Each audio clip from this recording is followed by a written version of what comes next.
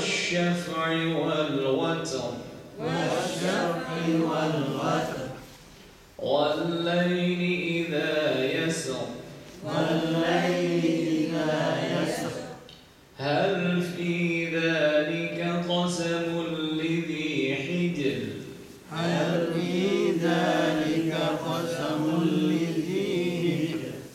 ألم تر كيف فعل ربك بعاد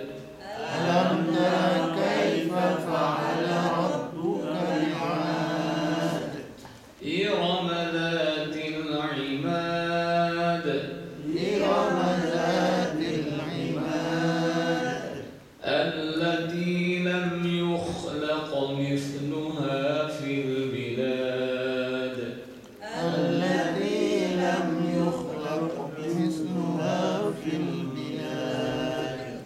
وثمود الذين جابوا الصخر بالواد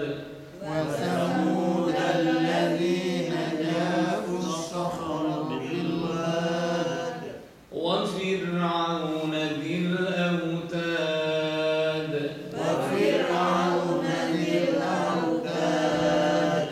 الذين طغوا في البلاد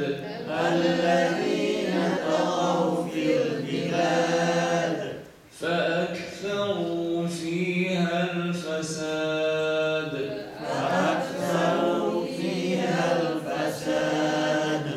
فصب عليهم ربك سوط عذاب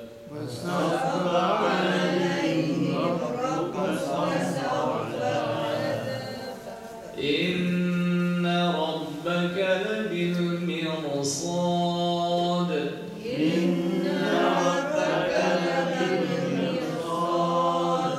فأما الإنسان إذا ما ابتلاه ربه فأكرمه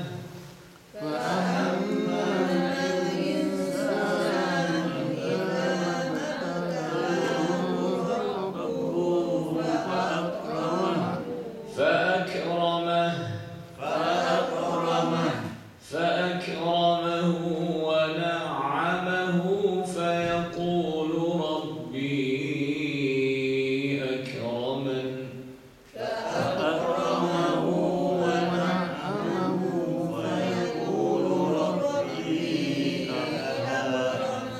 ربي أكرمن ربي أكرمن وأما إذا ما ابتلاه فقدر عليه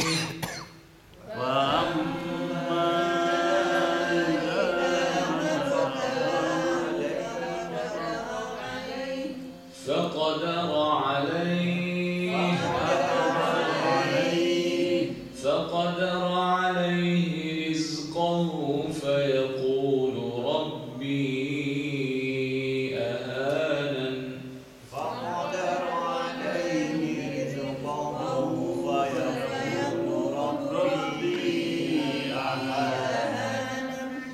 كلا بل لا تكرمون اليتيم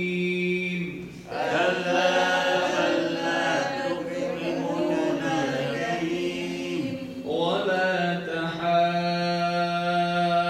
تحاضون على طعام المسكين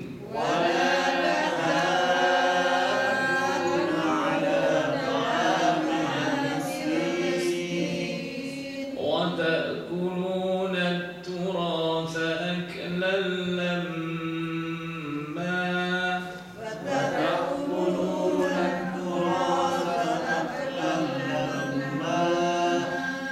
وتحبون المال حبا جما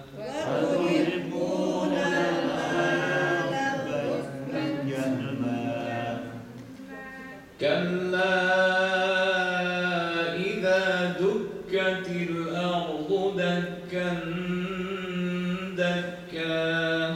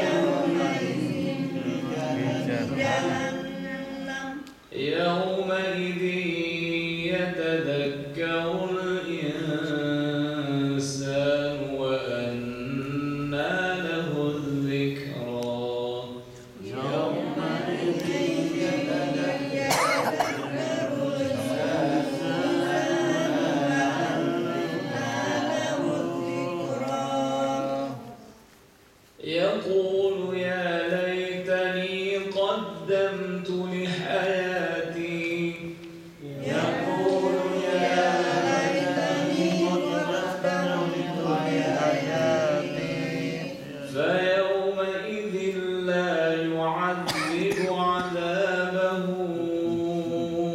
أحد فيومئذ لا يعذب عذابه أحد ولا يوثق وثاقه أحد ولا يوثق وثاقه أحد يا أيتها النفس المطمئنة يا أيتها النفس المطمئنة ارجعي إلى ربك راضية مرضية ارجعي إلى ربك راضية مرضية فادخلي في عبادي فادخلي في عبادي وادخلي جنتي وادخلي جنتي بسم الله الرحمن الرحيم بسم الله الرحمن الرحيم هل أتاك حديث الغاشية هل أتاك حديث الغاشية وجوه يومئذ خاشعة وجوه يومئذ خاشعة عاملة ناصبة عاملة ناصبة تصلى نارا حامية تصلى نارا حامية تسقى من عين آنية تسقى من عين آنية ليس لهم طعام إلا من ضريع ليس لهم طعام إلا من ضريع gunanya ditambah illa min ضريع إلا من ضريع لا يسمن ولا يغني من جوع لا يسمن ولا يغني من جوع وجوه يومئذ ناعمة وجوه يومئذ ناعمة لسعيها راضية لسعيها راضية في جنة عالية في جنة عالية لا تسمع فيها لاغية لا تسمع فيها لاغية فيها عين جارية فيها عين جارية فيها سرر مرفوعة فيها سرر مرفوعة وأكواب موضوعة وأكواب موضوعة ونمارق مصفوفة ونمارق مصفوفة وزرابي مبثوثة وشرابي مبثوثة أفلا ينظرون إلى الإبل كيف خلقت أفلا ينظرون إلى الإبل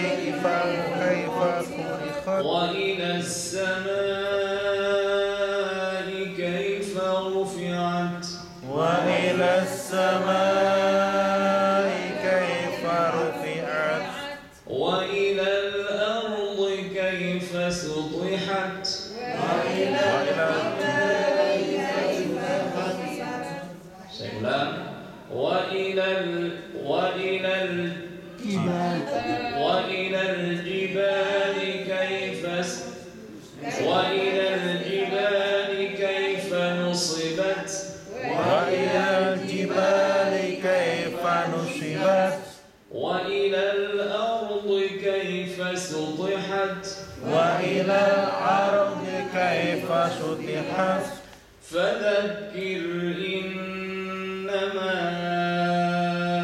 أنت مذكر فذكر إنما أنت مذكر لست عليهم بمسيطر لست عليهم بمسيطر إلا من تولى وكفر إلا من تولى وكفر فيعذبه الله العذاب الأكبر فيعذبه الله العذاب الأكبر إن إلينا إيابهم إن إلينا إيابهم ثم إن علينا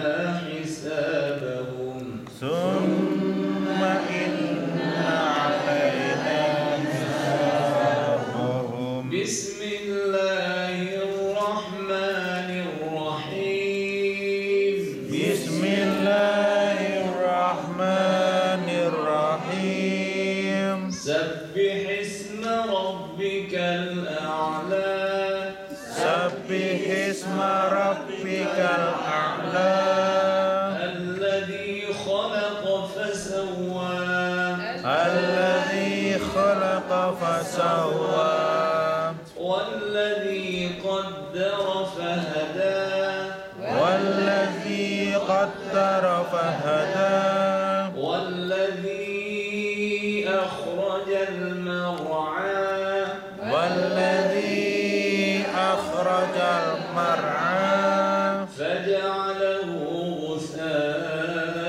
غثاء أحوى فجعله غثاء أحوى سنقرئك فلا تنسى سنقرئك فلا تنسى إلا ما شاء الله إلا ما شاء الله إنه يعلم الجهر وما يخفى إنه يعلم الجهر وما يخفى ونيسرك لليسرى ونيسرك لليسرى فذكر إن نفعت الذكرى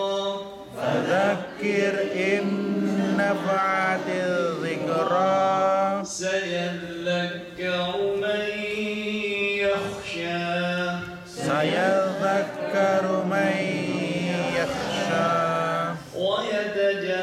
ويتجنبها الأشقى ويتجنبها الأشقى الذي يصلى النار الكبرى الذي يصلى النار الكبرى ثم لا يموت فيها ولا يحيا ثم لا يموت فيها ولا يحيا قد أفلح من تزكى قد أفلح من تزكى وذكر اسم ربه فصلى وذكر اسم ربه فصلى بل تؤثرون الحياة الدنيا بل تؤثرون الحياة الدنيا والآخرة خير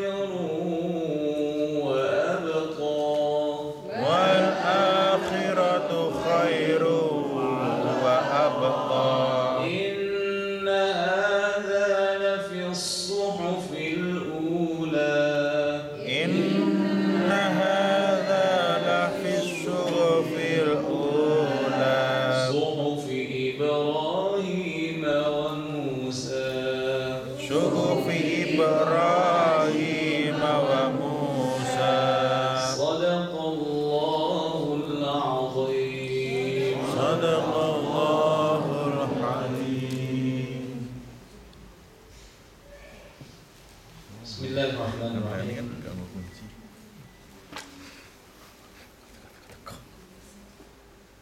Rasulullah sallallahu alaihi wasallam dalam sebuah hadis marfu bersabda, "Man humani la yashba'an." Ada dua macam golongan manusia yang tidak akan pernah merasa kenyang dengan apa yang telah dimilikinya. Yang dimaksud dengan tidak pernah merasa kenyang adalah tidak pernah merasa puas dengan apa yang telah ia miliki. Dapat satu, masih mengharapkan yang kedua. Dapat dua, terus seperti itu. Ada dua orang, kata Rasulullah SAW, yang tidak pernah merasa puas dengan apa yang akan dimiliki. Apa dua hal itu? Kata Rasulullah, sahibud dunya wa sahibul ilmi. Dua orang itu adalah orang yang hidupnya selalu menjadi temannya dunia atau pemilik dunia. Dan yang kedua adalah sahibul ilmi, orang yang memiliki ilmu atau selalu berada di majelis ilmu. Dikatakan orang sahibud dunya adalah orang yang tidak akan pernah merasa puas dengan dunia yang ia miliki karena tidak akan pernah kenyang. Semakin banyak harta yang dimiliki, semakin ingin menambah dunia itu. Padahal sebelumnya dia berandai-andai, seandainya aku punya rumah, ya kan? Seandainya aku punya mobil, seandainya aku punya uang ribuan euro atau euro,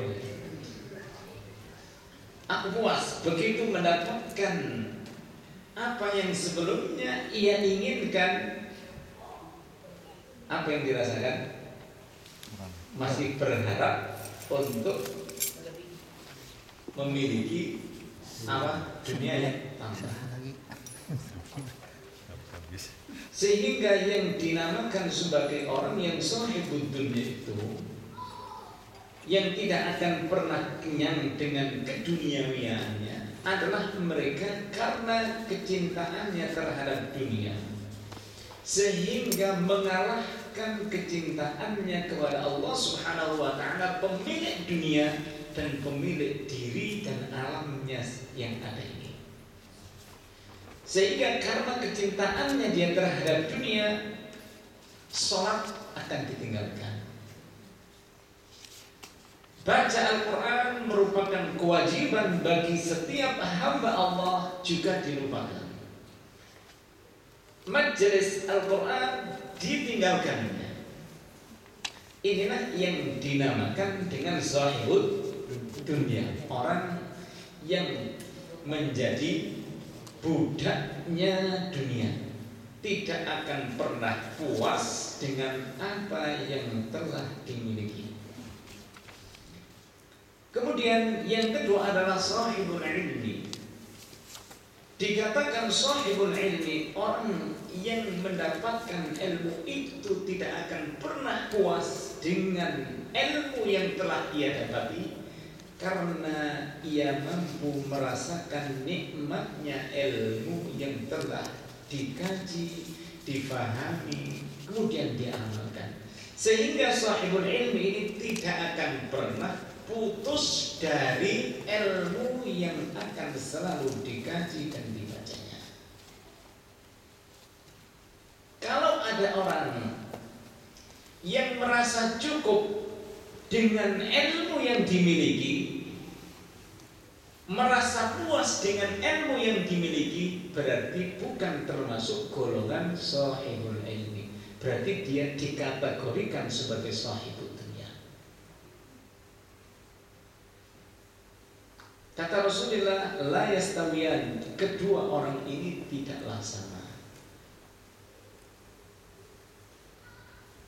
Dilihat dari segi apa ketidaksamaan antara sahibul dunia dan sahibul ilmi. Rasulullah sallallahu alaihi wasallam menjelaskan, wa amma sahibud dunya fayatamada fi tughyan. Adapun orang yang dikatakan sebagai pemilik dunia, hatinya dikuasai kecintaannya terhadap dunia, maka akan semakin bertambah kesesatannya seiring dengan ambisinya terhadap dunia. Wa amma sahibul ilmi, adapun orang yang memiliki ilmu, karena nikmatnya ilmu yang ia rasakan sehingga rasa puas itu tidak akan pernah dirasakan bagi orang yang memiliki ilmu itu, sehingga dia terus menambahkan ilmunya. Dia rindu akan tambahan ilmu Allah Subhanahu wa taala dalam Al-Qur'an. Fayazdadu ridha rahman, maka bertambah pula lah ridhonya Allah Subhanahu wa ta'ala yang maha ar-Rahman. Apanya Rahman? Maha pengasih. Ini mengisyaratkan sabda Rasulullah sallallahu alaihi wasallam bahwa tambahnya ridho Allah Subhanahu wa ta'ala itu tergantung tambahnya ilmu kita. Kalau kita tidak mau menambahkan ilmu karena merasa puas dengan apa yang kita miliki, maka Allah Subhanahu wa ta'ala pun tidak akan menambahkan ridhonya. Ridho itu kalau tidak bertambah bisa hangus di tengah jalan.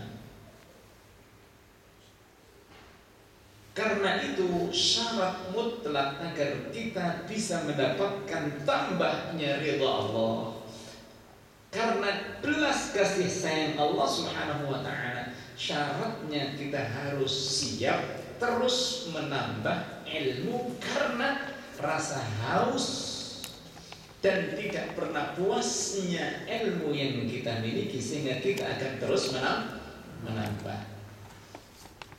Karena itu Allah Subhanahu wa ta'ala berfirman, Ar-Rahman 'allama Al-Qur'an. Ar-Rahman, Allah yang maha pengasih,